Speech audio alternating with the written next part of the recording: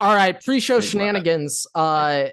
Major weekend of sports. Maybe not the biggest weekend of college football. NFL was very big, even though I will complain about the split between early slates and midday slates because there were, I believe, 8 morning games and 3 middle We did slate get a games. Deca box. Oh, okay. So it was 10 early slate and 3 mid-afternoon games. That split is, what are we doing? Like way too many games in the morning, way too much. We need to balance this out, guys. As a football community, we need to balance it out. It's way too stacked for that morning slate. It's getting out of hand. It's truly out of hand. So we'll start with that. But major weekend in sports, Everett. I would say probably the biggest news piece of the weekend was the UFC event held in the Sphere. I watched that. Yeah, Tweet. crazy. Now, the fights themselves were not very great, and if you have seen any clips of, I doubt you have, Everett, but Dana White was very open afterwards, saying how he was not happy with the card. He admits he should have had better fights for their Sphere event, and he was joking, if we had any first-time viewers, I hope they turned off the co-main event, because if they watched it, they wouldn't be UFC fans anymore. It just was the one thing I will say is my patience was being tested because it wasn't really fighting. It was literally just grappling on the ground, or just sitting there dancing around just the octagon and not doing anything. Yeah, Marab the whole time danced around. That's it. Yeah. Also, it is kind of just like a thing, those all of those, I believe they're Sambo fighter. I'm not sure what the exact term is, but all of those fighters, they all have this grappling, wrestling heavy style, which for a casual spectator like us, when it comes to UFC, not entertaining at all. For your UFC I mean, everybody knows at least one or two friends who's a self-proclaimed UFC expert. Everybody has at least one. Unnamed intern. He actually is ours. Unnamed intern is ours. But all those UFC purists, they'll be explaining how it's beautiful. It's literally like an old Big Ten football fan. So, you kids don't understand how great it is to watch these two defenses. It's like, no, grandpa, there have been 18 punts in this game and 6 first downs. How are you entertained? It's like that. But the Sphere itself, I don't think anyone can debate that the presentation itself in the Sphere was incredible, absolutely spectacular. And a couple of weeks ago, I got to see that COSM mini Sphere type thing. I'm going to label those COSM viewing things as just a mini Sphere. That's essentially what they are. And so this is my opinion. We have seen the rise of in-home movie theaters. We've seen that become a pretty big thing. At what point, how long into the future until we see in-home COSM Sphere dome structures in people's houses? How long? Inside of a house? Inside of a house. I don't know how you get it inside of a house. I don't know either, but it will happen. I thought so the direction you were going to go Bezos will have one of those by Q2 2025. By Q2. He probably already has one. But, yeah, he was probably the test dummy who made it in his house first to see if it worked. We got a slight hiccup right there, folks. We had a little technological issue. Technological internet unstable. I'm just saying, if you guys have, if we're running into any issues like this, instead of being upset with us, just spam email Cox Internet. Just spam email Cox. New Orleans Cox. Yes. New Orleans Cox. Yes. Put that on a quote card. Yep. But spam New Orleans Cox. I had this debate while we were watching the fight. One, what would be the most legendary thing to watch in there? But two, how much do you think it would cost to rent it out, and would it be worth it? Our whole thing was Dana White. Apparently, it cost him $8 million to just have the venue. It cost him $8 million just to have the venue. I feel like the Sphere could have charged a lot more than that. It was like $22 million in total for everything. Just for that one night. Yeah, but the venue for one night was just the venue, nothing added, was $8 million. Got it. To just have the place, to just have the sphere. Right? Got it. I think $8 million, and you get if George Lucas, if Disney was like, hey, we're gonna re-release episode 3. Let's get real in now. the dome. Okay, good. In the dome. It's $150 a ticket. Yeah. Okay. One night only. So this is another thing your money back I did not realize, but I found out. Now there are haptic seat. I forget the exact terminology, but the reactionary, 4D seats. I personally had my first 4D experience in a movie theater this year, watching Dune 2 in 4DX. They had sand thrown in your face. Well, they didn't have sand, but they had water. They had steam there. I forget. I honestly don't remember a scene in the movie where there was steam, but they found a way. They found a way. Very unfortunate if you watched the new Avatar movie and it was a 4D theater, you just have water spraying in your face every 5 seconds. Literally, like Avatar, like that. Any water, like Pirates of the Caribbean. Yeah, they actually flood flood the theater when they go into the underwater part of the Avatar movie. No, you're actually underwater. You have to definitely need to sign a waiver to watch Avatar in a 4D. You certainly need to sign a waiver. But I was just thinking, now apparently every time there was a punch thrown or they had one of those crazy pre-fight graphic performances on the sphere, the seats would move and react and to whatever was going on. So with that in mind, I didn't know that detail, but because we also have 4DX seats, something I would say Cosm should add, and it would have added to the environment. Let's just say when I was at Cosm seeing Kyle Field, Texas A&M, Stadium Pulse would go crazy. I want my chair shaking. I wasn't there in person, but just from the camera angle of like the camera on the field goal, that camera angle, you can kind of see the whole stadium. Like, yeah, I could not find an empty seat, and I could not find anyone sitting down. Everyone was standing up. That place was rocking, and if they had haptic seats that were moving for that, the Notre Dame fans for that 80% Notre Dame crowd would not have been that confident if they could feel the seats shaking like it would have been in real life at Kyle Field. But I am just thinking, what event, what thing could be shown at the Sphere that would be the best? And I'm slightly biased because I also went to this concert, but I think Coldplay has the opportunity to put on the greatest concert in the history of mankind at the Sphere. They have an opportunity. I agree with that. I have heard, though, Coldplay, like their number one rule on touring is it needs to be in open roof stadium because they like fireworks. They like light, like they do a lot of fireworks when you can do that on the screen. Exactly. So that's how I'm thinking. I feel like Coldplay has, my Everett Debo Samuel is out for a few weeks with a calf strain.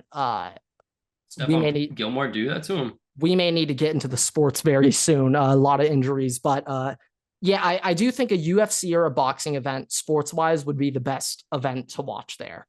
Just by nature of the camera angles and how it's like there's pretty much just like 2 to 3 cameras the whole time for a UFC fight, and it'd be a very easy static showing. Somebody did suggest putting the Final Four in the Sphere.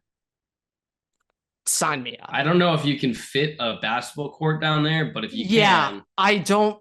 Yeah, that's my biggest issue with Cosm was there was one play where Notre Dame had like a 60-yard run.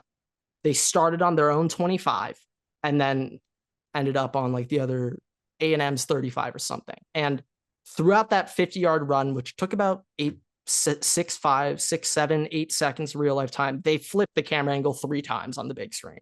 And I was like, you can't even track what's going on. This is too much. So I don't even know what the strategy for them is. Honestly, I don't even know how you would address that. Like, I guess in theory, you would just have the full field, like all 22 cam for that whole time. But like, well, I'm talking Final Four, like. Basketball. I know you're talking basketball. I think if you just kind of the whole time did a broadcast sideline cam, that would be the best way to do it. But I mean, UFC was using drones and stuff. You could definitely get a sky cam kind of thing with a drone and do it that way. I don't know. Yeah. We're getting too much into the technical side. Yeah, we're thinking about it a little too much. We're thinking about it a little too much. But anyway, if it was a movie to watch, give me Revenge of the Sith. Sign me up. That literally could be one night only. Also, the Darth Vader scene in Rogue One, that one scene, sign me up. I could be in the sphere for 3 minutes. I don't care. Sign me up. But I legitimately think if they made that thing an exclusive event and they put on one movie, like just a series once a month or whatever, and it's one night only, it'd be crazy. You would have people flying in to just do that. Yeah. So I also been hearing this. I'm not sure if they're doing it at the Sphere, but I heard at Cosm, what they're now scheduling, like during the week, not as many live sporting events, they'll do Circus Olay in there. That has me interested. I do think soccer, though, on like a Sphere could be really cool. I just feel like the American market. No, very minimal. But if you get into like, it's like, I'm talking like if you're going to Champions League or you're in like Premier. And like the World Cup, Argentina, France final. That in the Sphere would have, it would have been absurd. Just would have been ridiculous. Like, don't even want to think how great of a viewing experience that would be. But like when I went for that A&M game, my biggest takeaway was just being able to see the crowd. After Notre Dame scored that touchdown in the third quarter, you could literally see the excitement leave the stadium. Like it was, I've never seen anything like it ever. I was like, wow, like Notre Dame actually just scored that touchdown and they literally did shut the place up. Like literally. I saw that when NIU beat Notre Dame, but you saw Notre Dame get shut up pretty quickly over that one. But yeah. Some interesting stuff. But onto the episode. The Sphere, it is a game changer, folks. It is a game changer. I also was I don't know if they did this week, but last week I remember seeing a clip where they had like the red zone on the outside of the Sphere. They had an Octobox last week on the Sphere. No, I saw that. They did that same thing with the UFC fight. They put like the winners and stuff and some of the video on the outside. Could you imagine waking up and you just, if you're in Vegas, Octobox? Could you just stand outside the Sphere for NFL Sunday? Well, you might need to be a little bit further back. I don't know if you'll be able to stand outside the Sphere. Not right outside the Sphere, but could you use the outside of the Sphere for your NFL Sunday? But I do recommend if you're in Vegas and you're watching NFL Sunday, go to the pool with all the screens. That's where to go. Yeah, I mean, barring the inevitable sunburn that you'll get sitting there all day. Oh, yeah. I mean, electric. Nothing better, though. Electric. Oh, yeah. I'm sad when I went last year, I didn't. We had a different event to go to, so I didn't get to go to that. But it was something I want to do. I need to do. Oh, yeah. No, that'd be way too electric. But without further ado, folks, on to the episode. What is going on, everybody? Welcome back to another episode of the Waterboy Podcast. It is episode 257. Bryce Young got benched. The Loyola Bowl has already been canceled. Arch Manning can run, folks. And Marvin Harrison Jr. has arrived. And JSN. And JSN has arrived. Now, unfortunately for Marvin Harrison and JSN to run, we have sacrificed Terry McLaurin. Terry McLaurin is currently in Alcatraz with the Commanders offense now. Yeah, he's in Guantanamo.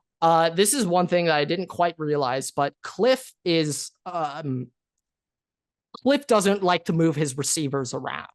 And like a focal point of Cliff's offenses in the past is that wide receiver one will just be on the left every single play. So Terry McLaurin, I believe, has lined up on the left side of the field 92% of offensive snaps this season.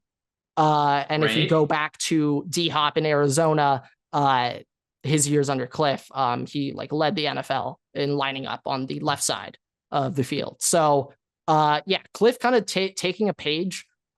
I'm forgetting the other coordinator who loves doing this. I'm blanking right now. There's can you give me a team? But it's a college guy. Damn it, I'm forgetting. Whatever. It's a great joke. If I knew the joke, it would have been a great one. Would have landed. But yeah, what a weekend of football. I think I've I'm charged up on college right now, but I feel like we got to start off with NFL. I mean, I do have some NFL stuff A to lot of go news over. to go over this weekend with NFL. Lot of news. I have a little bit more fun things than like informational things. If we want to start that way, but yeah, let's do fun. We can start a little bit of a happy thing. So first of all, I don't know if you saw this, Grant, but this makes me love Mike Tomlin even more. But Mike Tomlin does a petty game ball, and I'm saying petty like petty petty game ball. Okay. And continue. He gives this game ball to a player who beats their former team. So for the Broncos game, he gave Russell Wilson a petty game ball instead of Justin Fields getting it. But Russell Wilson got a petty game ball. Okay, I kind of love this. I love that. Yeah, it's think even better because of what happened between Russ and the Broncos. Where it's so funny. Yeah, I mean, there's a lot to die. Hey, based off last season, Russ wasn't that bad in Denver. Last year, Russ wasn't that bad. I know we're kind of holding him up to Russell Wilson standards. He obviously won't be Seattle Russell Wilson anymore. That's long gone. But I think people were saying Russ was a lot worse than he actually was last season. After watching a couple of games of Bo Nix, I mean, holy shit, Sean. They wish they had him back. I bet Sean Payton's probably recalling up Fox like, hey, we can get the gang back together, guys. I kind of miss my job in the booth. But now we have Gronk, so sorry. Yeah, now we got Gronk and Tom Brady struggling to get by every week. So we'll ultimately see what happens, but it's just an interesting time right now. Who knows? I would say recently there's been some major injury news over the past 48 hours or so. McCaffrey, not even about the last 3 hours. Puka, even the last 3 Debo, hours alone has had a substantial amount. Yeah. Not a fun time when it comes to injuries in the NFL. I don't know what's the deal. It's always like week 2, like half the league just. See you later. I feel like there's many theories about it.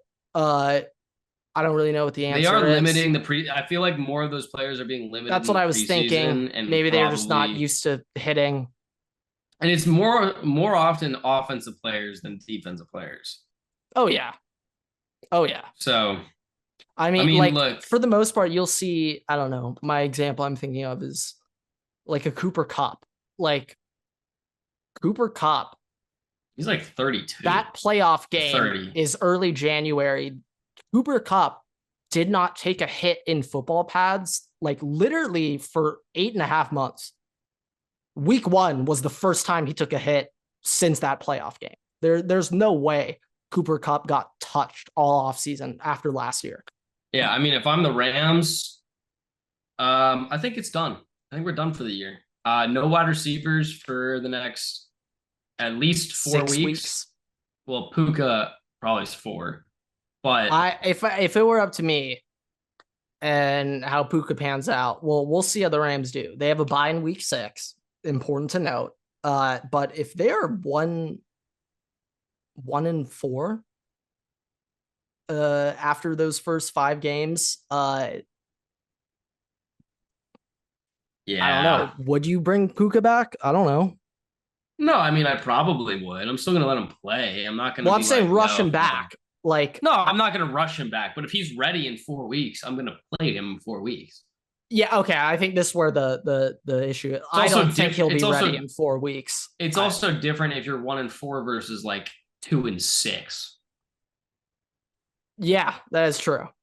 2-6, 1-4. 1-4, you might have an outside chance of coming back. You might if you somehow sweep the table, you go 12-4. Like, it's possible. But it's not just that for the Rams. It's not probable, but it's impossible. It's possible. Yeah, but it isn't just that for the Rams. Jonah Jackson, former Ohio State Buckeye, he is out, likely to hit IR. I'm also reading that their center is out. And John Johnson as well, their safety. John Johnson is on IR. Oh yeah, Pacheco on IR. We'll get to that. Yeah, fractured tibula or fibula. Yeah, I'm trying to scroll back on Rappaport's Twitter to find it, but unfortunately he has 15 like, other injury through tweets. The whole list. No, literally, there's so many other injuries that have happened since then that it's a little difficult to find the Rams injury report. So yeah. I mean, Steve Avila, I believe, is hurt. Yeah. Also, though, if I'm the Rams, like thinking about it, if I can get a top 5 pick this year with an aging roster, like I might be very interested in that opportunity.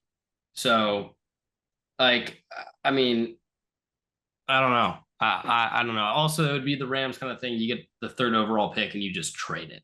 Yeah, no, I was about to say, if anything, Les Snead's being like, could you imagine the player we could get with the 3rd overall pick who we could trade for? So yeah. Who knows? Who knows? Well, hey, I mean, they could. Oh my God, could you imagine if the Rams got Brian Burns? God damn it, Panthers. I think 2 off seasons ago they offered a trade for Brian Burns and Panthers declined. I think then it was for 1st round picks too. Yeah, no, definitely was for first. Which I will say leads me into this other thing that I was going to bring up. Grant, the Panthers traded CMC, Brian Burns, DJ Moore. Like that was kind of their key 3, right? Yeah. In those trades, 3 great pieces, by the way. In those trades, could you imagine if a team had DJ Moore, Brian Burns, and Christian McCaffrey? Could you imagine what that team could look like? I can only imagine. And then think about what a team could look like with Xavier Legette and Jonathan Mingo and Chuba Hubbard. But Grant, with those 3 players, they were either 26 or younger at the time they were traded. A lot of game left. And the Panthers gave up more 1st round picks than they got in those trades. They gave up more 1st round picks, trading away Brian Burns, Christian McCaffrey, and DJ Moore than they got back. Yeah, when you get big time assets like those, usually you want to walk away adding picks, not losing picks. So as much as I would like to say Ryan Poles set the Panthers back 15 years, they fully did it to themselves. Yeah, I think that, I think they did it to themselves. Yeah, I think that's probably a little more likely. Don't get me wrong. That Bears trade was very, very bad with Carolina.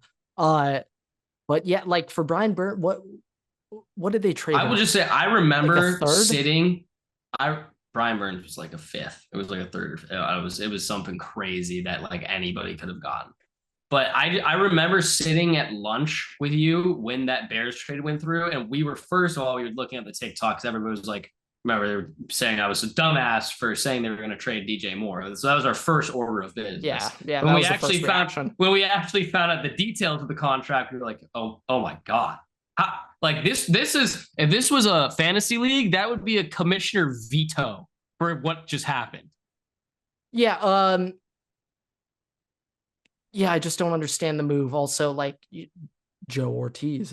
Well, I guess pass rusher is kind of like the last position Chargers need right now. But shit, bro, sign me up for Brian Burns. My God. Yeah, Panthers, they are a disaster. They are a trash can. We all know that. They would lose to the 0-16 Browns. The Panthers currently would lose to the 0-16 Browns. I won't say they would lose to a college team. Can you remind me who was on that Browns team? I don't even remember. Deshaun Kaiser, Josh Gordon.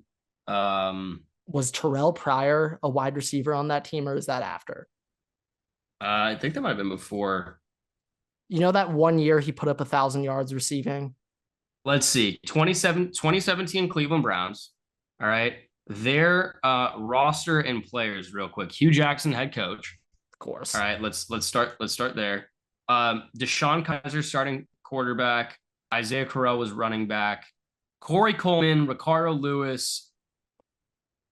They actually had a good line. Myles Garrett was on that team. Danny Shelton. Jabril Peppers, Jace Cordy, Emmanuel Ogba, Christian Kirksey. Defense also not horrendous, but I think that was Myles Garrett's if that team has Myles Garrett, I'll take them. I'll take them. Yeah. I think that the Panthers if they at least started, I don't know what's gonna happen with Andy Dalton, but they as of right now would lose to the 0-16 Browns. Yeah, they're and worse, they might lose to the 0-16 Lions. So that's I don't know. That one's gonna be tough. We might have a tie. They might tie. They might go to overtime. OT at minimum. OT at minimum. Yeah. No winner after regulation. But yeah. 0-0 at end of regulation. Yeah, I would say as a Chargers guy, last thing that kind of stuck out to me that I saw over the weekend was that the Panthers are actually like 4th in the NFL in time to protect quarterback or time to pressure in the NFL. So like last year, the Panthers were 27th in the NFL in time to throw pressure rate. Now they're 4th in the NFL, and Bryce Young looks the exact same. I will say he's not getting any help in the wide receiver room. I will say zero help. So, but I mean, Deontay Johnson's like not horrible, but I mean, last week he only faced this past week when you guys played them. 4 of his 29 dropbacks were pressured, which was the lowest rate of all quarterbacks. And Bryce Young still had, I believe, one of the worst stat lines in the NFL this past week, anyways. If not the worst, I mean, Bo Nix exists, so I can't say the worst, but if not, and Will Levis, so 3rd worst, but. Yeah, I also think Will Levis is why Tajay got hurt, by the way, as a general thing. Yeah, we're seeing a lot of bad quarterbacks in the NFL this year, and it's and the EPA is really low for a lot of the quarterbacks too. The average throw for a lot of these like great quarterbacks, elite quarterbacks, is like within 10 yards right now. Like Patrick Mahomes, I saw his chart today. Majority of his throws were within 10 yards or less. Yeah, I mean, like right now, everyone's talking about too high safety revolution. Oh, there's all these safeties now. Yeah, I mean, sure. Like, I just feel like it's just early season. If you are seeing a lot of 2-man fronts, run the ball. But like, take a page out of Harbaugh's book. I mean, like, for the most part, I just feel like this is the result of defenses catching up to offenses. Like a decade ago, the NFL put in all these rules to protect wide receivers. Shout out Cam Chancellor. His hit on Vernon Davis, like literally is the reason the NFL stepped in and was like, all right, we need to implement something to protect receivers being defenseless over the middle. That's how targeting spawned the worst penalty in all of sports. We kick players out of the game I'm not sure. I doubt you saw us, but it was Indiana UCLA. The UCLA is that the one who rammed into the back of his ass? No. No. Not Mark Sanchez butt fumble, but the UCLA. No. Like a player last week, a player got called for targeting while using his helmet to hit a player's back. Oh, I did see that too. Not that, but it was a UCLA quarterback. He drops the snap. He's going down to pick up the ball that he dropped, and by nature, the quarterback starts ducking. The ball's on the ground, remember, so the defender starts ducking down to try to get the ball. By bending down, he accidentally helmeted to helmet the quarterback, targeting out. What? They're fighting for a loose ball. Targeting over that shit? No, what I think is it's a result of the NFL protecting wide receivers, and you can't hit over the middle. By not being allowed to Ray Lewis receivers over the middle, what do defenses have to do instead to defend that? Now you just need to find a way more athletic corner that can stay stride for stride with Justin Jefferson. I have a full list of every team in the NFL has those. I have a full list of relevant players that are currently hurt or on IR. You ready? Cooper Kupp, Puka Nacua, Christian McCaffrey, Isaiah Pacheco, Deebo Samuel, Kenneth Walker, Keenan Allen. I mean, he's fat as fuck now. It doesn't matter. That might AJ be depression. So he's in Chicago. Non-football injury list. Yes. AJ Brown, David Njoku, Evan Ingram, Tua, Jordan Love, Raheem Mostert, Jordan Addison. And that's the tip of the iceberg. That there's more players than that. Yeah, we didn't go over defense. That was just offense. Yeah, this is. I would like to state though, Deebo was like the entire team versus the Vikings on Sunday. I think this is a load management issue for him. I did see it. Like that was the first time Deebo had to play the Deebo role in a couple of years. He did limp off the field right at the end of the game, and I thought it was cramping, but I guess it's this. Hey, Kyle Shanahan, you should have known. Did they run inside zone with Deebo or let Jordan Mason do that? Because if Deebo, they did it more with Jordan Mason, but I think they ran Deebo like once or twice. It wasn't that much. Let me see, because bro, it could have also just been a screen pass, and maybe. I'm seeing Deebo had 2 carries. One went for -1 yards, the other went for -9. So I'm guessing there were jet sweeps or something. He tried getting outside the corner and just didn't. Yeah, we hit him. That was TFL, I think. He had a TFL and then he got out on the other one. Yeah, all right. That makes a little more sense. Yeah, I mean, I'll be honest. I thought with McCaffrey out, Deebo being there, I expected Deebo to not fully go back to that Deebo role because, I mean, I don't think Deebo's going to be running inside zone if you ask him to. I don't think he's going to say yes. I'd probably say no, too. I'd rather not take 4 helmets to the ear on this 2-yard especially when you have Jordan Mason, who legitimately is bell cowing right now. Yeah, he doesn't care. If you want to hit him in wherever, he'll be cool with it. He'll eat any shot right now. So yeah, I mean, it is interesting, but yeah, I would say I'm very interested with these young quarterbacks and how they're performing out the gate or not performing out the gate. Like real quick, I'll take a couple of minutes just to talk about Stroud, how good he is. Like when he was at Ohio State, I will never forget. Go look at the Utah Rose Bowl game. Okay, Ohio State Utah Rose Bowl 2022. CJ Stroud in that game was hitting perfect down the field. Down the field fades perfect, drop it right in the bread basket for JSN or Marv to catch. It was like literally one of the best games I've ever seen in terms of touch on passes, on deep balls, intermediate, deep, short, whatever, you name it. He was a surgeon out there just picking apart the Utah defense. But I heard something that CJ Stroud, to get himself hyped up for games in the NFL, he will go back and watch his past games. And he specifically goes back and watches Georgia, Ohio State, Georgia. He rewatches that over and over as a way to remind himself that like he is nice.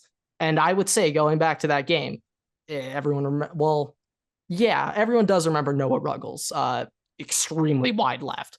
I was going to say more people just remember Georgia. Put Blair Walsh to shame. People remember that kick. And I was just thinking of how the Texans operate and run. And CJ Stroud, like, he plays every game like that Georgia game.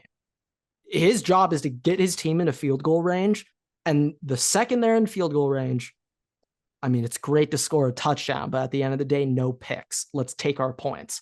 And I think that's how CJ plays.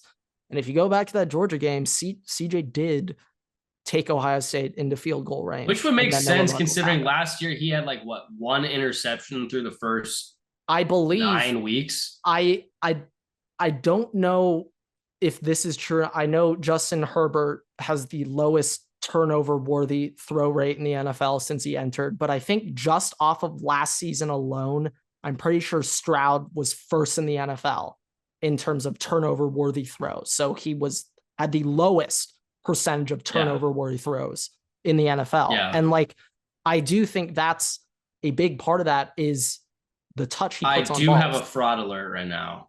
Ooh, yikes. Bad timing. Yeah. Not ideal. We are covering all rookies and young quarterbacks right now. Yeah, talking about Caleb Williams. That's where we're really going. Yeah, it can apply to a more general field of quarterbacks. I will say, I mean, having having JJ McCarthy, this has the same amount of touchdowns as all other rookie quarterbacks, and he hasn't played a snap since preseason week 1. That's a bit concerning for all rookie quarterbacks. I also think I read something that NFL passing touchdowns are just down league wide. I believe there have only been 65 passing touchdowns, not including Monday Night Football with Eagles and Falcons. But so far, there have only been 65 passing touchdowns. Other than last season, the 4 seasons before that, so I believe 2018 to 2022, over 100 passing touchdowns first 2 weeks for all 4 of those years. I do think that has to do with the defense is getting better, but I think it's a bit of a combination. Like, sure, 2 high safeties are helping a lot. Yes, that does contribute a lot directly to it. I think a lot of it is defenses are just crazy. Like we're now at the point in the NFL that every single NFL team has at least 2 edge rushers who are 6'5", 250, 0.001% body fat, runs a 4.4 and can bench press 400. Like every NFL team has 2 of those dudes. Like, what are we talking about? The Panthers don't, but yeah. They had them. They traded Brian Burns away. That's right. They had them. Good point. But it's just like these guys spawn out of nowhere. Like we're now at that the average NFL defensive end is 6'5", 250, 4'5", 40, bench press 385. Like that's the average edge in the NFL right now.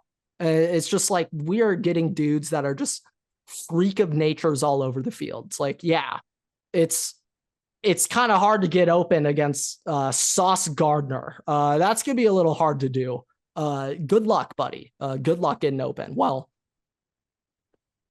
Calvin really did have a really nice grab over Sauce and another defender. So shit. Sauce was not happy these last 2 weeks from what I heard. Hasn't been happy. But yeah, like I just think a lot of it is the average corner in the NFL is just a free, like the average backup DB today literally would have Bear Bryant shitting down his legs if he saw them at Alabama in the 60s. What the hell? He runs a 4.2 and he can backpedal faster than my wide receiver can run. What? It's crazy. It's unheard of. But I would say it's a lot of factors involved. Everyone's going to this too high safety look. But cover 0 a lot too. Yeah. Yeah. And also just if you're going up against young quarterbacks, you're going to be doing that a lot. You're going to be pressuring them. You're going to be blitzing them. What do rookie quarterbacks not know? Like how to act under pressure. They have no idea. Yeah, we've really, you want to talk about a rookie quarterback really looked like a rookie this year or just in general? The best example in recent memory or history of that happening is this season's rookie quarterbacks and Bo Nix and Caleb Williams. And I mean, Jaden Daniels a little bit. Yeah, even Jaden Daniels got a little banged up. I'm pretty sure he came back and he's good to go. But those in past years, like, you know, those guys have made rookie mistakes. Like Bryce Young definitely looked like a rookie last year, but like this is the most prime example of seeing rookies struggle to acclimate to the NFL than I think the past 5-6 seasons. I think also like just maybe it's slightly unfair. A lot of like Caleb, Bo Nix just both got thrusted in. Like Bo Nix is not ready today to be an NFL quarterback. He's not. Caleb, I'd lean more towards yes, but clearly he isn't after what we've seen. Those he still plays like he's playing in the Pac-12 after dark. So I don't. Yeah, like the other, my brother was saying something very similar where he was like, yeah, he kind of still thinks it's the Pac-12. Like you can't just be running around throwing shit up like that. Like no, Caleb, you're playing against the Texans right now, who happen to have 2 of the some of the better secondary players in the league. Yeah, I would say as a USC guy, an underrated matchup that I like seeing. Kalen Bullock went to USC. His nickname at SC was Sticks because of how skinny he is. And there was one play where Sticks got called for pass interference. He like kind of took out this wide receiver running a post and shouldn't have done that. But that whole time you can see his eyes are just staring at Caleb. Like Bullock the whole time is just staring at Caleb's eyes, and Caleb is telling Bullock where he's throwing. Like Caleb's got to learn looking off receivers. You know, that might be a year. Also, like correct, like even for like Chicago Bears Kamari quarterback, Lassiter, that may never happen. So yeah, like even like Kamari Lassiter got a pick on Caleb, and like Caleb, like these guys, like that guy played at Georgia last year. Like what are we? Marv knocked him out. What are we thinking is going to happen when you're running? Like escapability is one thing. Caleb might be the best player in the NFL right now at ability to escape pressure inside the pocket and a breaking down. Kyler Murray would like to Kyler do the same thing, but Caleb is one is in the argument right now. I would say he's already up there. The problem is Caleb Williams will do that, and instead of just running and just going forward and with the play breaking down, he tries to force the ball somewhere. And like, dude, I'm sorry, but like Jordan Addison is not there versus the scrubs on, I don't fucking know, Wyoming. Okay. So God, that was a great year. Just throw it up. Jordan Addison down there somewhere. It was a great year. It's not going to happen. It doesn't work that way. Brendan Rice even versus like, I don't know who the fuck they played that year. He was a bad team that they played that year. Those teams were better than USC last year. So shit. UCLA. No, we got smacked by UCLA. But, can't say that. Colorado was bad that year. Colorado was bad. It's USC not choked hard to Colorado. They only won by Everett. USC was really bad at football. I'm seeing a trend here. I'm seeing a trend with any example I try to use for Caleb not to throw the ball to somebody. Yeah. Like fuck.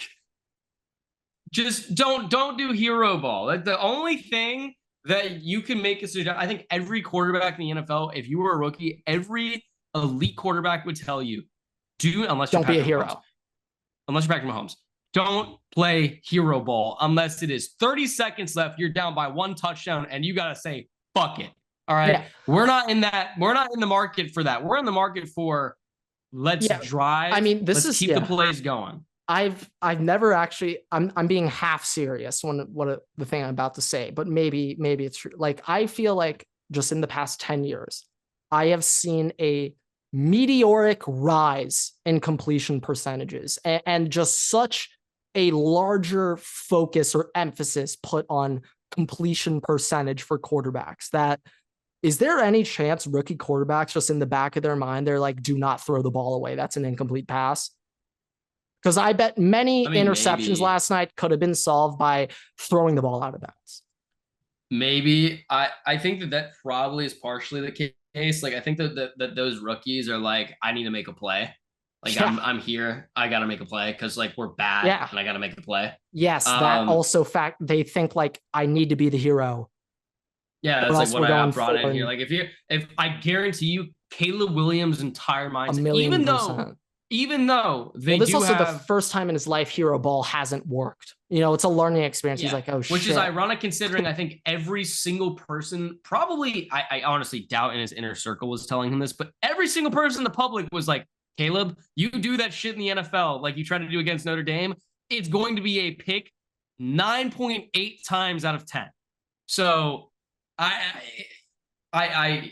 think Caleb definitely is like, oh, the Bears, like, I'm about to be the guy for the Bears. Like, Mitch Trubisky came here, sucked. Justin Fields came here, sucked. I'm going to be different. And he's not. Like, I would say the biggest thing I've realized just comparing NFL to college, and I'm talking this season specifically, but I mean, this just has been the case forever. Like, if you throw a hitch in the NFL versus college, the odds of that getting picked off or incomplete in the NFL is just so much higher than college. Like, to get like little tiny routes, a curl, a hitch, like even like a slant, like that corner is sitting there begging for you. Linebackers gonna move. No, like literally those corners are sitting there like, please run the hitch. I'm baiting you into throwing it, and I'm housing that shit the second you look to the receiver. Like, I just feel like that's one big thing that CJ Stroud had an easier time adapting to than a Caleb Williams. Just like Stroud knows what his windows are. Let's just say that. He knows what his windows it's also are, what he can throw different. into. Like, Caleb doesn't yet. The most similar play style to Caleb Williams that's currently in the league is probably Kyler. Yeah. And the difference going into the league, I legitimately, they both had Lincoln Riley, right? Like, very both similar had that paths. Yeah. Right. I think the biggest difference was their competition. Oh yeah. Kyler had 100%. To play against better competition, could process the way that that's going to translate, and Caleb Williams didn't learn. He also was definitely way more full of himself than Kyler was, even though Kyler deserved it more than Caleb.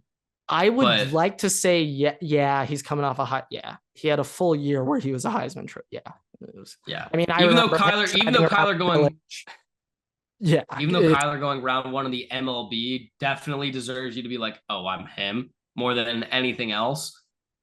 Caleb is way more full of himself. No, yeah, I agree. Yeah, I think it'll be some growing pains. Like, I also just think it's a very unfair ask, making him the face of the Chicago Bears franchise, putting all this pressure on. Like, only the real good ones can rise up from that pressure, like CJ Stroud. Like, only if you're really good. Like you can't expect everyone to be like CJ. It's unfair. Like, this is my complaint about Mahomes. Everyone now expects, you don't need to start year one, but year two, if you aren't amazing out the gate, well, I am seeing a video of who I believe is Danielle Hunter just completely bypassing their right tackle and just drilling Caleb. Oh yeah, do not look up the Bears right guard. Wow. He reminded me a lot of myself. When I had to block Santa Margarita in high school myself. Reminded me a lot of myself. Maybe instead of Odunze, you guys should have gotten Fuaga. I mean, Everett, I think you'll like this, but it appears as if the Bears right guard has taken a page out of my playbook and seems to be elite at the lookout block. If you don't know what the lookout block is, that's when the D tackle beats you so bad you turn around and scream "look out" to your quarterback. God. But yeah, NFL, a lot of injuries, disappointing injuries that we don't like to see.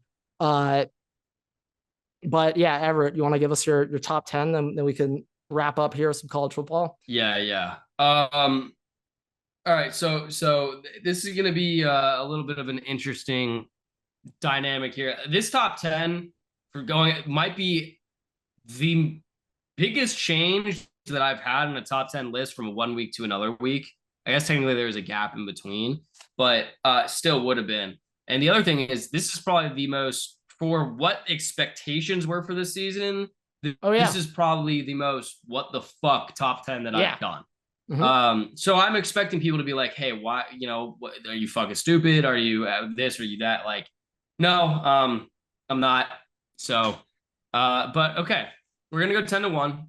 It's also very hard to rank a lot of these teams with injuries popping up. It's like, shit. Yeah, injuries. Like, I don't want to discount a team for, too much injury, but I also don't want to like give them a bypass on it, etc. So yeah, I'd say the hardest team to rank was the Green Bay Packers. Yeah, I would agree with that. But okay, here we go. Chargers. Sorry. Well, no, actually, we're going this route.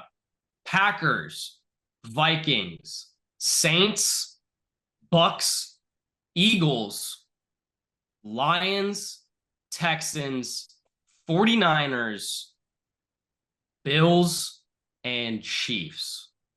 And just in case, Chargers, Bengals, Falcons. Just in case for post-production purposes. All right. I got to get it in there. But biggest thing is, Bills weren't on this fucking list, and I have them at 2 right now. I don't feel good about that. I really do not feel good about that. And I hate that. But the difference between 1 and every other team on this list is so large that like 2, 3, 4 all could be number 2. 5 could arguably be number 2. 6, 7, 8, 9, and 10 are all like this. Like it's really it's not a race for okay 1 to 10. This is literally just 1, 2 A B C D E and 3 F G H I J. Right. So I would say by week 6, we'll see a list a little more resemblant of the preseason top 10. Probably. We're going to need to get some games under the belt. There needs to be a stipulation on this post saying, yes, we're just as disgusted as you that the Bills are number 2. No, we are also cringing when reading this over. No, there needs to be a disclaimer. Probably more than you are when you first watch it yourself. This is so weird. Like this is my, the one team that I'm the most confused by.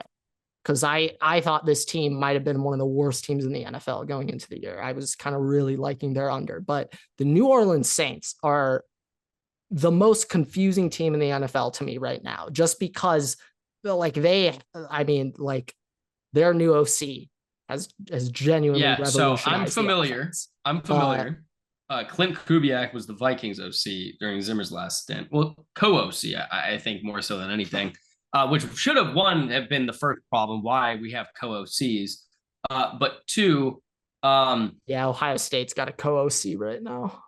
2, I don't know what Clint Kubiak did to Zimmer to piss him off or why Zimmer hated him. Well, I think we may have an idea of why Zimmer didn't have the greatest relationships with anyone around him. But but clearly there was something that Zimmer did to not allow Kubiak to do what he wanted to do, because I don't know if it was like, hey, the scheme is going to be we're running the ball or what the deal is. Maybe Zimmer just hated Kirk that much that he didn't want him to be able to do much.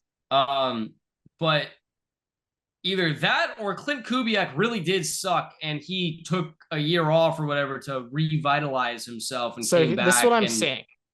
Clint Kubiak started off his career as an offensive quality control coach and graduate assistant for Texas A&M. He was an offensive assistant for the Texas A&M Johnny Manziel team that not walked into Bryant Denny at Texas A&M, beat Alabama at home. So that's where he started. Then 2013-14 Minnesota Vikings, offensive quality control coach. 2015 Kansas wide receiver coach. I don't know anything about who was there, but I'm going to assume he did pretty good there because back in the NFL afterwards, Broncos 2016-18, believe he won a Super Bowl there. I think Broncos won 16. That would have been Gary Kubiak was the head coach of the Broncos because he's the one who won the Super Bowl. So that would mean his dad hired him. Very fair. 1920 Vikings QB coach, 21 Vikings OC, 22 I would assume fired, or KOC comes in, replaces him. We let everybody go. Got it. Everybody was gone. He was passing game coordinator and quarterbacks coach under Nathaniel Hackett in Denver 2022. That bought him a therapy rehab year with the San Francisco 49ers last season. Yeah, there we go. There we go. That's where the difference is made. It all comes back to Shanahan and McVay, folks, like always. Yep. Always does. I don't know what type of Bohemian Grove cult meetings they got going on, but that coach inner circle is it's the Sean McVay dark magic going on. Zach Taylor, KOC, LaFleur. I don't know. Is anybody who else is? I think that's it. I think we hit everyone. Yeah, I mean Robert D'Amico. D'Amico was under Shanahan. Yeah, they're all connected. They're all boys. And McDaniels too. They're all homies. Oh, that's right. Literally, essentially and Staley. Literally, they're all. God, if Mike McDaniel was still the OC for the 49ers right now, just remember the 49ers had Mike McDaniel as OC and D'Amico Ryans as their DC at the same time.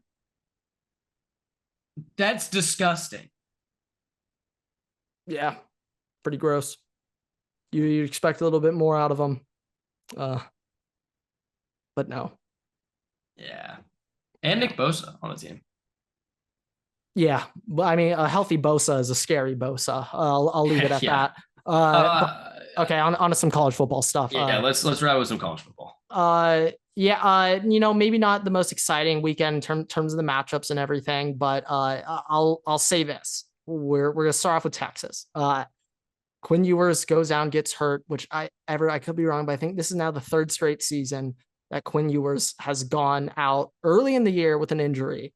Not anything crazy, not season ending, but I wonder if there's any concerns from an NFL level about his injury history, because I don't think he's had any major injuries related to his throwing arm or legs or knees or anything. I think they've what was his last injury though?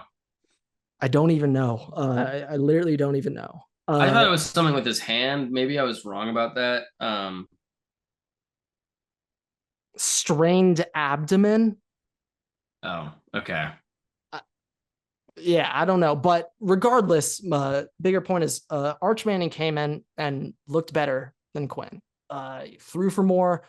Obviously had that 67-yard rushing touchdown. Everyone's freaking out. Holy shit, what? There's a Manning that can run? Whoa, that's not fair. To be fair, his dad was the only wide receiver dog, absolute dog. And then he had his injuries and had to retire. But Texas is one of the very few teams in college football that can afford their starting quarterback get hurt, and there isn't that much of a drop-off. There obviously is a drop-off. Quinn Ewers is very good. But Arch Manning is good enough to start for many Power 5 schools across the country today. He is ready to do that. But he happens to be the backup for Texas. And so for me, my top 12, I got Texas as my number one team over Georgia. And I've got no problems doing that, even with a Ewers injury, because I know or can kind of trust Sark with Arch to still have a passing attack and still have, if anything, it now added a new rushing dynamic, which was a big concern for Texas going into the year. There are two starting running backs, both out for the season, torn ACLs and Achilles. Shout out to we gotta invest. We need to investigate what's going on with the RBs at Texas, because Bijan, Jonathan Brooks, and now both these guys all ACLs. Subsequent years, back to back to back. It's interesting. It's something to point out, but like Texas, they have the benefit of the doubt there that they can lose a quarterback, and I'm not going to knock them. They have that benefit of the doubt. Not every team does. Probably but they the do. Only team. The only team I'd really confidently be like, yeah, it's them. Because like Georgia, if Beck went down, they do have Jaden Rashada as a backup. They have another 5-star quarterback in there. Like they have guys unproven though. Ohio State, Julian Sains up, Devin Brown's up. 5-star guys, but I've seen Arch do good. I haven't seen Julian Sain perform like that. I haven't. So that's why I give Texas the benefit of the doubt. Move them up to number one after last week and move Georgia down after that Kentucky game. What I want to say about that Kentucky-Georgia game, though, if anyone who's been watching Georgia closely past couple of years, this shouldn't be anything new to you. Georgia always has a hiccup against Kentucky. I believe last year they beat Kentucky by like 3 points, and then the year before that they barely scrape by and get past a tough Will Levis Kentucky team. Like obviously Georgia's light years ahead of Kentucky, and it's weird. It's just like, maybe Mark Stoops was the right hire. A&M. He tends to play the toughest competition in SEC pretty well. And then he decides to punt on 4th and 8 with a minute left, and we could go into that, but no, I mean, him and Antonio Pierce got to learn a lesson in how football works, and that, I get field position, but you would rather have the ball than not when you need to make a come back down from a lead in the fourth quarter. You'd rather have the ball than not. Let's just leave it at that. Just leave it at that, folks. But Georgia, them losing Kentucky's nothing new. Or not losing, but looking very bad against Kentucky is nothing new. They always have one of these hiccups. But one thing I will say that I was looking into, and I do think it's a little more relevant. Defensive side of the ball, Georgia's missing a lot of key players. Michael Williams was out. A lot of guys up front were missing for that game. So I give them like a slight pass. Their depth was really tested in that game. But offensively, Everett, I don't know if there is a player, a skill player on Georgia that strikes fear into my eyes as an Ohio State fan. Love it. Dog water. Oscar Delp, where was he? Because he wasn't playing against Kentucky. ETN looked horrible. I believe ETN got banged up. He is just hurt right now. But I'm not even talking running back, just wide receivers and tight ends. Georgia does not have the weapons that they've had in the past. And we saw Carson Beck struggle very mightily in that game. There was one deep throw he missed. I believe he missed Lovett, should have had like a 60-yard gain. But Georgia looks very beatable in my eyes. They're not running the ball particularly well. Their offensive line is having some struggles right now. But it's that skill position room that I think could come back to bite Georgia in the ass. Keep in mind, they haven't played a competent team yet. Well, Clemson's pretty damn good. Kate Klubnik isn't, but yeah. I will just say everyone's shitting on Clemson right now, and I picked Miami to win the ACC. I'm very close to switching that to Clemson. Because you guys are disrespecting Clemson a little too much, everyone. I'm more so talking about the SEC competition. And they play Bama here on the 28th.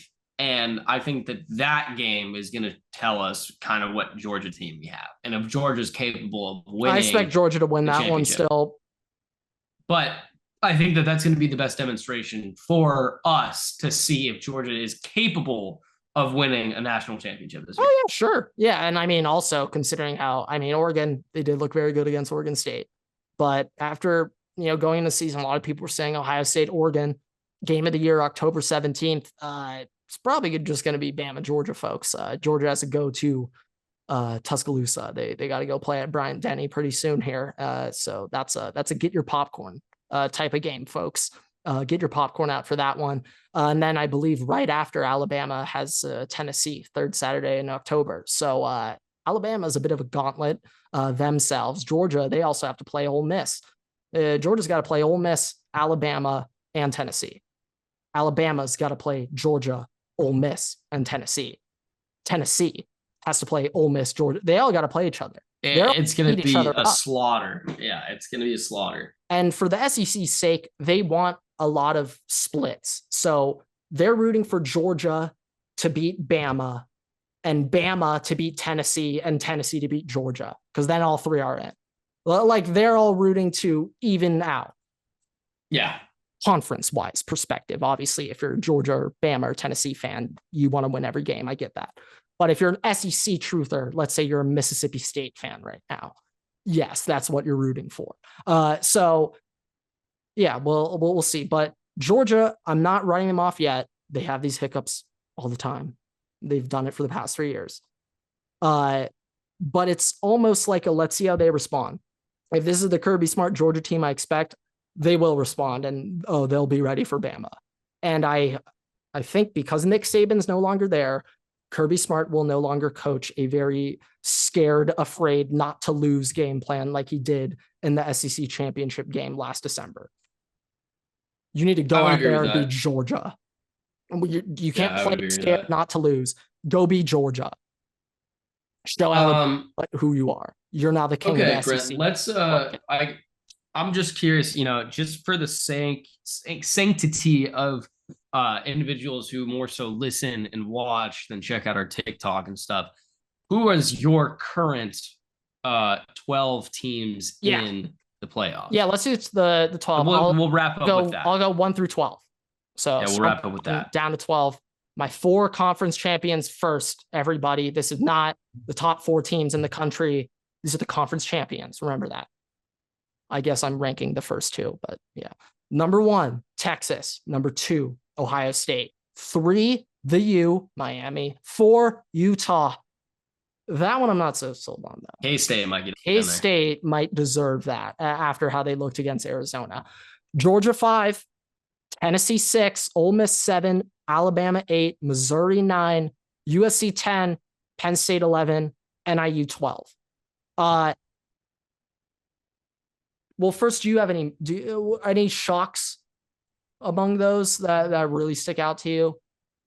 I'm the thing that still sticks out just because I'm not used to hearing that is Mizzou being a playoff team, because it still doesn't feel real that's where Mizzou actually is, which they are, and they deserve to be there. I would say, yeah, I'm this is the thing about Missouri. Like,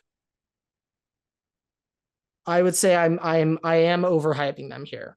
I'll be honest. Oh no, I think in the end they're probably gonna make it. I think they're gonna be a little bit lower than where you have them ranked. I feel like that's more of like a 10, 11 maybe than a 9. But my biggest thing is the two biggest questions out of all of this are who's the 12 seed, who's the G5 team, and who's gonna win the Big 12. Because I personally think after my experience, I think, and I'm obviously biased because now I have to cheer for K-State, but I do think. Well, I have a question. When you say those are your biggest question marks, do you mean just we have no idea who's going to get those spots? I'm talking those are quite the literally up for grabs. The team, not like the question isn't, oh, is Utah going to be 3 versus no, I wasn't 4. Saying that. That's not my thing. My thing is literally which team do I think is going to end up gonna take that, because I think even with Utah being Utah, I do think K-State is in a position where they will be able to beat them. They all match up very soon, and Cam Rising may be out for those games. I am biased because obviously now I'm cheering for K-State and whatnot, but I do think K-State is the better team right now than Utah. And when we go to the G5, NIU obviously is getting the bid right now just because they're the highest ranked G5 team. But I think that Memphis is the best G5 program, or I shouldn't say program, team. Tulane is the best program, but Tulane Memphis on paper is the better team than NIU. And when or if Memphis gets ranked, and then we'll lose to Tulane I would at the end of the year, but when they get ranked, they, as of right now, should take that spot. Boise is a good team, and they have the best running back in the country. But outside of that, they'll play close. But I don't think that they're in a position to get that bid over Memphis or NIU right now, who has a top 5 win. And if NIU closes out the season, they'll get it. Yeah, no, I don't really have any disagreements there. Like, I think right now, like, I test those 3 teams. I think I'd say Boise State's the best right now. Record, who deserves it based off what's happened, who deserves it?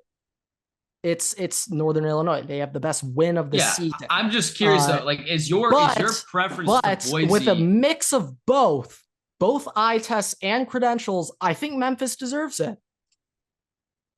So if you go both ways, it's Memphis. If you combine everything, I think Memphis should have it right now. I think Boise State is the best G5 team overall, but do they deserve it? Are you saying that because of Gentry, or are you saying that because I'm saying an actual team? Like, Gentry's a very big part of it. Don't get me wrong. But just how they played Oregon, yeah, like that. Now, I will say the one thing about Boise, Tulane, when we came on Cotton Bowl year, we came on because of Tajay. And that's how we got into being in our position, was because our run game developed and brought us through all those games. And obviously it's different because that season we only lost to UCF. And Southern Miss, but we don't talk about that. Yeah, I forget that. But Boise's in a very similar path right now with the way that they're coming up. I don't know anything about their defense. I honestly know basically nothing about their program. Heard the Boise State secondary is up there for worst in the country. That's what I'm hearing. If that's the case, but what they did against Oregon, that's not the case from what I saw. Oregon also has just been playing to their competition. Like, there's nothing saying that Oregon could probably go out right now and beat a top team. Well, last week they looked pretty good. I'll be honest, they looked pretty good last week. But I think that they play up and down in a competition. That's kind of the way that it feels right now. But yeah, I don't know if you have anything else to say. We'll wrap up here in a second. Yeah, I would say very, very quick. the Loyola Bowl has already been canceled. This was the matchup that, I mean, the Tuesday before week 1, when I found out Davis was starting, I immediately looked to this game and I was like, wait, we're going to have a Loyola Bowl here. So quick little fun fact of the day, folks. And there's probably a lot of Cubs also listening along right now, but my sophomore year in high school, technically, both Davis Warren and Miller Moss were starting and backup quarterbacks for my high school team. So when I found out Davis was starting for Michigan, I couldn't help but just think about this potential Loyola Bowl that's about to happen and what's truly at stake here. So Davis Warren was a sophomore backup quarterback for Loyola, and Miller Moss was a new freshman coming in, and he was the starting quarterback. It's also interesting to note that Miller is older than Davis, despite at the time being the grade below Davis. And Davis also held back. So now they're technically in the same Wait a grade. minute. Yeah, Davis had a prep year going into Michigan. So in theory, they are at the same grade now. But just interesting to note, Miller is 01, we are 02, and I'm 01. Yeah, you are 01. That is true. But just a little fun age-wise. It's not really like there's a big seniority type relationship. No, they're the exact same. They've been compared the whole time. Very similar. And that's not going to happen now. I guess it's now up to Alex Orji to run the Michigan wing T triple option offense. So I guarantee you Davis will get at least one snap during the game. Oh yeah. So you'll get it pseudo, but it's not going to be bet so, a real too. game. Yeah. Yeah, and I mean, hey, we'll see. Orji has a big chance here. If he just doesn't look that bad, he'll be started the rest of the year. But if Orji goes out there, from what I've heard in camp of how he's looking, and if he goes out there and throws 3 picks, and if he goes out there and struggles to complete a 5-yard in, yikes, folks. Yeah. Yikes, folks. We'll see. We'll see how it goes. But with that, thank you guys so much for watching, listening. It's 5 stars. You can find us on Spotify, YouTube, TikTok, Twitter, and on Instagram at WaterboyPod. You can follow me and Grant on Twitter at Everett6 and at WaterboyGrant. We post new episodes every week on YouTube and all podcast platforms. So make sure to check us out there so you don't miss a single episode. And we also post exclusive content on Instagram and TikTok. So check us out there so you don't miss anything else. With that, we will see you guys in the next episode. Waterboys out.